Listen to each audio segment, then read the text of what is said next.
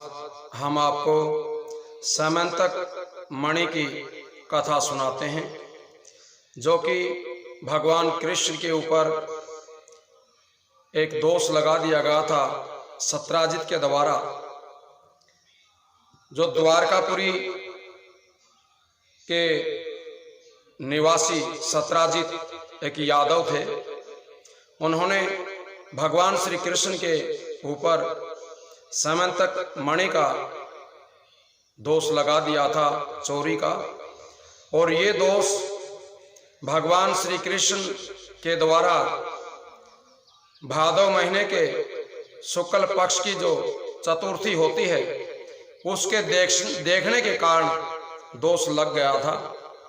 इसलिए सभी नौजवान साथी, बुजुर्ग, माता बहनें, बच्चे, सभी से प्रार्थना है कि जो भी भादव महीने के शुक्ल पक्ष की चतुर्थी का दर्शन कर लेते हैं, उनको किसी न किसी तरह का दोष लग जाता है।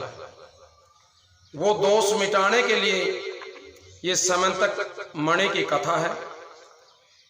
अपने वेद हैं, ग्रंथ हैं, वो बताते हैं कि भादव शुक्ल पक्ष की चतुर्थी का जो चांद होता है रात्रि में, उसके दर्शन नहीं करने चाहिए। और ये चतुर्थी आज है, इसलिए हम आपको इसका उपाय बताते हैं। सबसे पहले तो यह है कि उसका दर्शन न करें। आज रात्रि में चंद्रदेव जो उदय होंगे, उसका दर्शन न करें। अगर कोई गलती से दर्शन कर भी लेता है तो उसका ये समाधान है, ये कथा सुनने से उस समय जो चंद्रमा देखा गया है, उसका दोष नहीं लगेगा। अब आप ध्यान से ये कथा सुनिए, समंतक मणि की कथा। श्री सुखदेव जी बोले कि हे राजन, जिन दिनों प्रद्युम्न संबरासुर के यहाँ पल रहा था, उन्हीं दिनों सत्राजित नामक एक यादव ने पहले तो श्री कृष्ण भगवान को मणि चोरी करने का झूठा दोष लगा दिया, फिर लज्जित होकर के उनके साथ अपनी कन्या का विवाह कर दिया। ये सुनकर के परीक्षित ने कहा कि हे कृपा सिंधो, ये पूर्ण वृत्तांत आप मुझे सुनाने की कृपा करें। श्री सुखदेव जी बोले कि हे परीक्षित, द्वारकापुरी में सत्राजित नामक एक यादव रहता था। उसने बहुत दिनों तक श्री सूर्य नारायण का ध्यान और तप किया, जिससे प्रसन्न होकर के सूर्य नारायण ने उन्हें समंतक नामक एक मणि देकर के ये कहा कि यदि तुम इस मणि को नित्य प्रतिदिन सच्चे मन से पूजन और ध्यान करोगे तो तुम्हें अत्यंत सुख प्राप्त होगा। जिस घर में यह मणि रहेगी, वहां कोई दरिद्र नहीं होगा। हे परीक्षित, उस मणि का यह प्रभाव था कि जो कोई श्रद्धा तथा नियम पूर्वक उसकी पूजा करता था, उसे वह मणि 20 मन सोना प्रतिदिन दिया करती थी। अस्तु, उस मणि के प्रभाव से सत्राजित कुछ दिनों में धनाढ्य हो गया। एक दिन वह अत्यंत अभिमान पूर्वक उस मणि को गले में बांध करके श्री श्याम सुंदर की सभा में जा पहुंचा।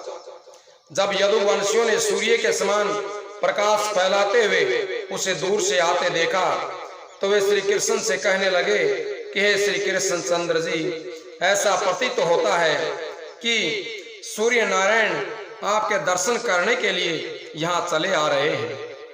यह सुनकर के श्री श्याम सुंदर ने उन्हें बताया कि अपने कंठ में सूर्य नारायण की दिव्य मणि बांध करके सत्राजित आ रहा है। जब सत्राजित सभा में आकर के बैठ गया, उस समय श्री श्याम सुंदर उसकी मणि को देखने लग गए। ये देख करके सत्राजित वहां से उठ करके चला गया। इसी प्रकार कभी कभी वह श्री कृष्ण जी की सभा में जाया करता था। एक दिन सब यदुवंशियों ने श्री कृष्ण से कहा कि प्रभु, आप इस मणि को सत्राजित से लेकर के राजा उग्रसेन को दे दीजिए, क्योंकि यह उसे शोभा नहीं देती है। ये सुनकर के श्री कृष्ण जी ने एक दिन हंसते हुए सत्राजित से इस प्रकार कहा कि सत्राजित, राजा को सब मनुष्यों में श्रेष्ठ माना जाता है, इसलिए जिस व्यक्ति के पास जो श्रेष्ठ वस्तु होती है उसे वह वस्तु राजा को दे देनी चाहिए।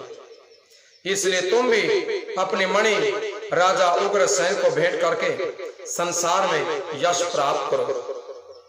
सत्राजित कुछ उत्तर न देते हुए उदास हो गए, अपने घर लौट गए।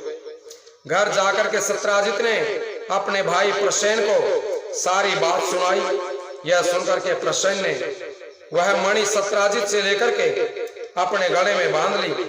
उसके बाद जब एक दिन शिकार खेलने के लिए वन में गया तो वहां अपने साथियों से दूर होकर के एक पर्वत की कंदरा के समीप जा पहुंचा। उस कंदरा में एक शेर रहता था। उसने प्रसेन को देखा तो घोड़े सहित उसे मार करके खा गया। उसी समय श्री रामचंद्र जी के परम भक्त जामवंत नामक रीछ ने उस स्थान पर पहुंच करके उस शेर को भी मार दिया और मणि को लेकर के अपनी कंदरा में चला गया। उस मणि के प्रकाश से जामवंत की अंधेरी कंदरा में सर्वत्र प्रकाश फैल गया।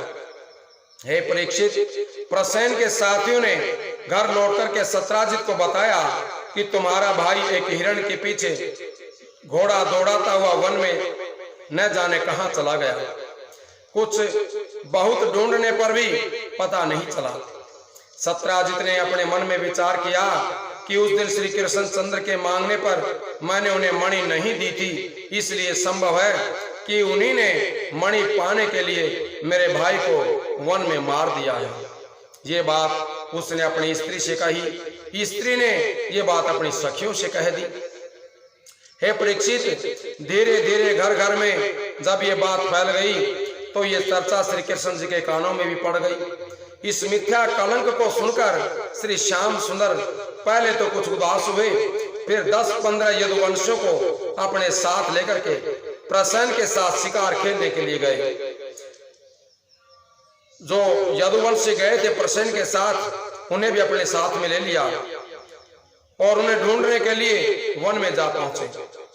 हे परीक्षित, वन में जाकर के वे प्रसेन के घोड़े तथा हिरण के पांव के निशान को देखते हुए उस स्थान पर जा पहुंचे जहां प्रसेन को शेर ने मारा था। उस स्थान पर शेर के पंजों के निशान देख करके ये तो निश्चित हो गया कि प्रसेन को शेर ने मार डाला है, परंतु मणि का पता अब भी नहीं चला।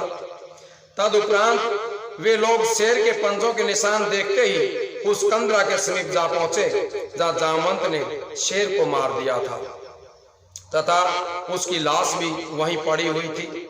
ये देख करके सब लोग आश्चर्यचकित हो गए कि इस वन में शेर से भी अधिक शक्तिशाली ऐसा कौन सा पशु रहता है जो इसे मार करके मणि को ले गया है, इस कंदरा में घुस गया है।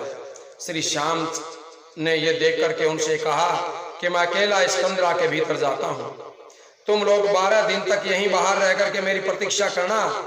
यदि इस अवधि के भीतर मैं न आ सकूं तो तुम यहाँ का सारा समाचार जा करके बता देना।